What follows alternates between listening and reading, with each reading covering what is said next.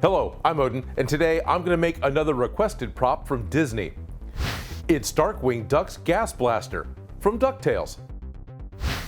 I draw out a side view of the gas gun because I want a good full-size diagram to work from. Now, I could print out a screen capture, but even in the show, this prop will stretch and change size even within the same scene. But that's kind of the intent of that style of animation, right? Everything, the physics of everything changes for comedic effect. So I've tried to look at a bunch of different frames to come up with the important pieces that I see that are consistent, because if I have to build one in the real world, it doesn't get to flex and move a whole lot. Now I'm gonna make it from foam, of course, and the upper body is round. I can use a cardboard tube. This one's almost exactly the right size, but I want to put foam around it so everything paints the same, so that might be too big. I'm gonna go ahead and use this one. I think this came out of, I don't know, this came out of industrial aluminum foil. I can wrap this tube with EVA foam and it'll fit my drawing. For the barrel, I think 1-inch PVC is gonna be great. I cut a piece of 1-inch thin-walled PVC pipe and I sand the ends square. I sand the outside to scratch it up a little. Contact cement will stick better if the plastic pipe has a little tooth. I spray paint the inside of the pipe black. I cut down a piece of the cardboard tube. It's still a little bigger than I need right now. The empty space between the cardboard tube and the PVC looks to be about 4 millimeters. If I wrap the pipe with 4 millimeter foam, it should fit just inside the tube. I cut enough foam to go around the pipe. Look at that. 4 mil is about perfect. Actually, 4 mil is very perfect. Like difficult. Okay, good. So I need another strip of this, a tiny bit wider. I use contact cement to glue the 2 strips of EVA foam to the pipe. It's a snug fit inside the tube, which is good. I just need to cut angles on each end of the cardboard tube. I gotta put foam around this first. Okay. I cut a piece of 4 millimeter thick HD foam and use contact cement to glue it to the tube. That's still separate. In the show, the grip is almost always as thick as the top cylinder. And I have some 16 millimeter thick foam left over from a previous project. It's 2 layers of thinner foam that's glued together to make 16 millimeters, and 2 of these will be 32 millimeters thick, plus a 3 millimeter thick piece of Sintra plastic to glue between them. All the layers of the material will get me to a thickness of, that's 35, exactly what I wanted. Now I've found in the past that if I just make the grip out of pure foam, it's a little too spongy. But by adding any kind of either wood or plastic into the center between like 2 halves, that really makes it work really well. So I've got just a little bit of Sintra between a bunch of foam, and now that I've got them all glued together, I'm going to take them to the bandsaw and cut them out as one. That way all the edges will match up. There have been many times that I've tried to cut parts on my pencil line first and then glue them together afterwards, and it's never as clean as just cutting down oversized pieces that are already glued together. So I got my basic grip cut out. What I'm going to need to do is take the Dremel and grind down the sides because it's a little too square, but that's kind of the way it is in the show, so I'm all right with it not being 100% ergonomic. I also cut a flat spot in the bottom of the main body because the 2 are going to need to glue together, and that's going to be the easiest. And there's this little bit of overhang. Even in the show, this is actually cut on a slight angle to go into this point. So what I need to do is measure that. So it goes to there, to there. Yep, that's about right. I use a sanding drum and sand down all the corners of the grip. I try to keep them at an angle and not smooth rounded corners. In the show, everything looks like it's on an angle. I also add some ergonomic inspired parts. A human hand is going to need to hold on to this, and most humans have 5 fingers, and in the show, ducks just have 4. To make that angled cut, I line my pencil mark up on the saw blade and then tilt the table. And this worked really well, but the blade still wandered a little bit and I needed to go back and sand sides a little. With the cuts made, the grip fits the cylinder of the body. I line up the edges and use contact cement to stick the grip to the body. With all of these parts together, I can now line up the prop with my drawing and copy the angle cuts that I need on both ends of the main body. All right, take this part out, and we're going to cut this on the bandsaw. Stay. The back has a shallow angle cut into it. And the front has much more of an angle, and it goes all the way through the grip piece. And that's why I waited until all the parts were glued together before I cut it. I put the barrel back into the body and mark where the angles are on the barrel piece. The back is easy. I cut it on a bandsaw. The front I trim with a razor knife and peel away the foam that I don't want. I can use naphtha as a solvent to remove the dried contact cement from the PVC pipe. I've got both pieces painted with wet contact cement. Now typically when you're using contact cement, what you want to do is paint it on both halves of whatever you're gluing and then give it a few minutes to dry, and then you stick it together. Well, since I'm pushing a tube into a tube, I can't give it the time to dry because it'll never get in there, right? It'll stick on contact and it'll never actually get pushed in. So instead, I'm putting together wrong and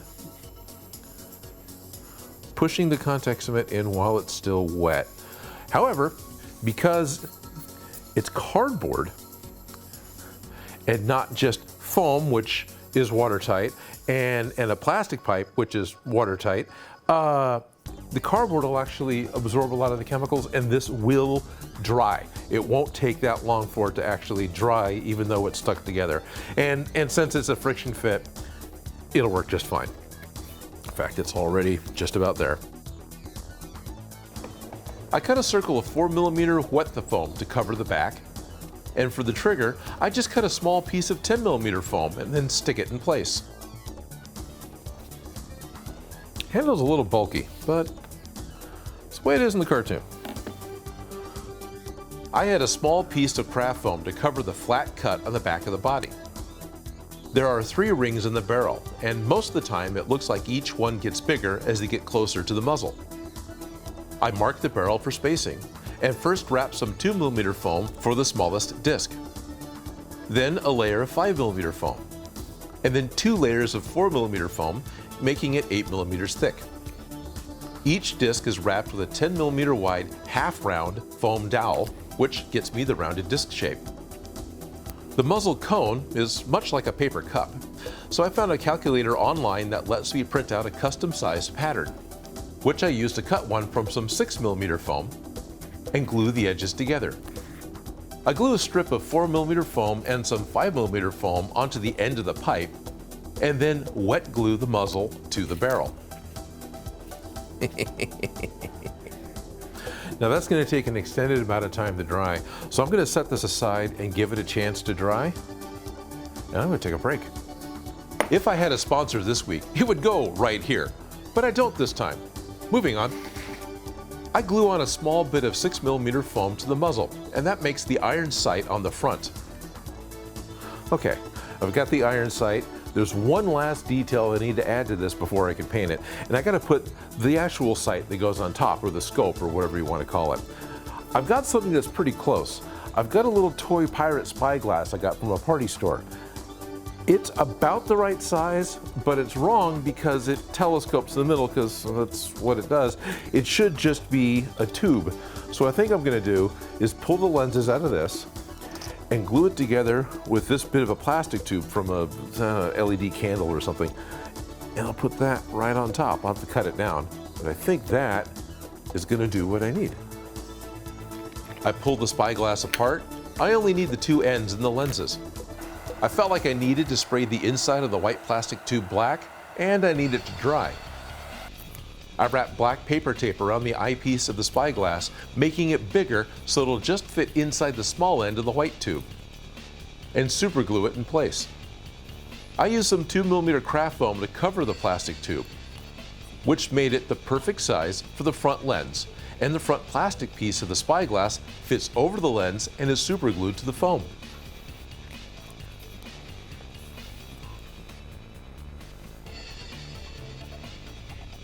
I love the fact that it still works. Okay.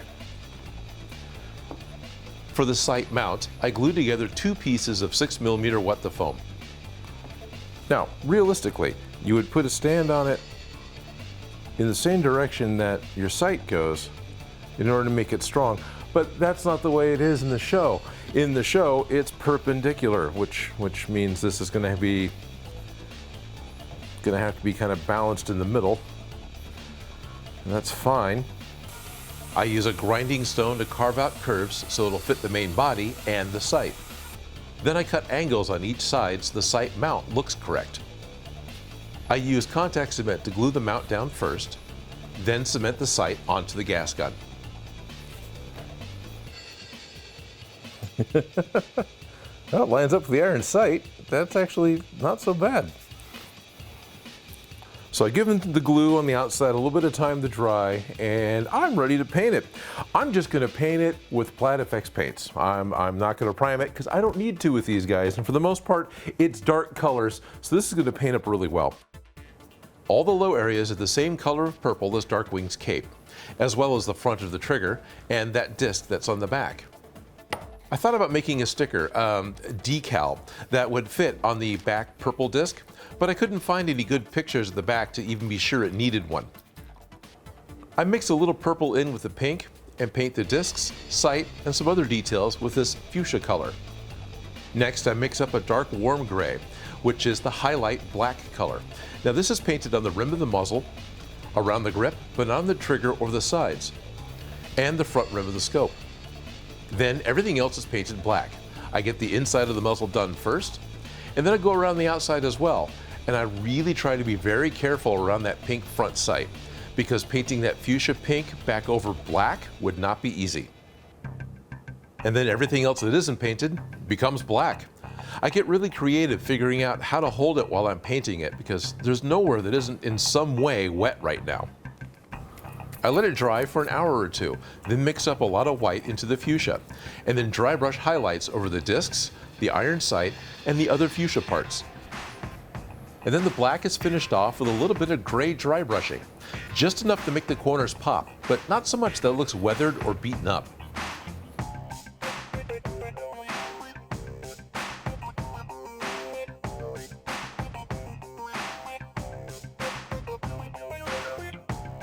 Most of the materials I used for this project I picked up locally. I put a list in the description.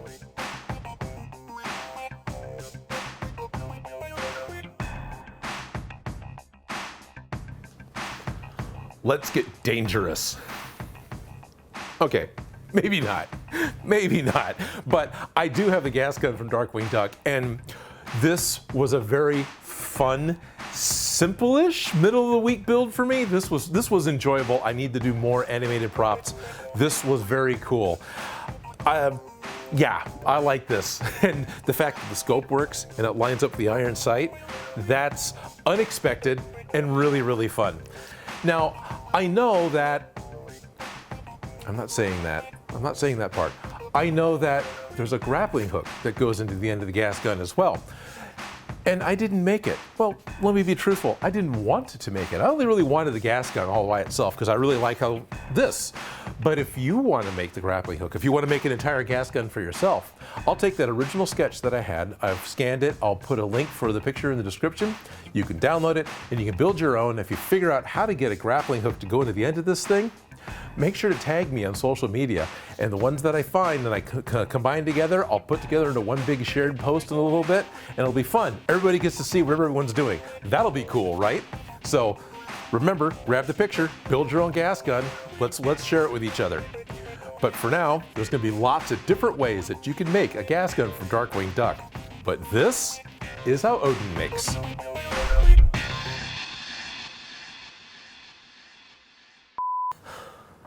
Let's get dangerous. Let's get dangerous. Let's get dangerous. Let's get dangerous. Okay.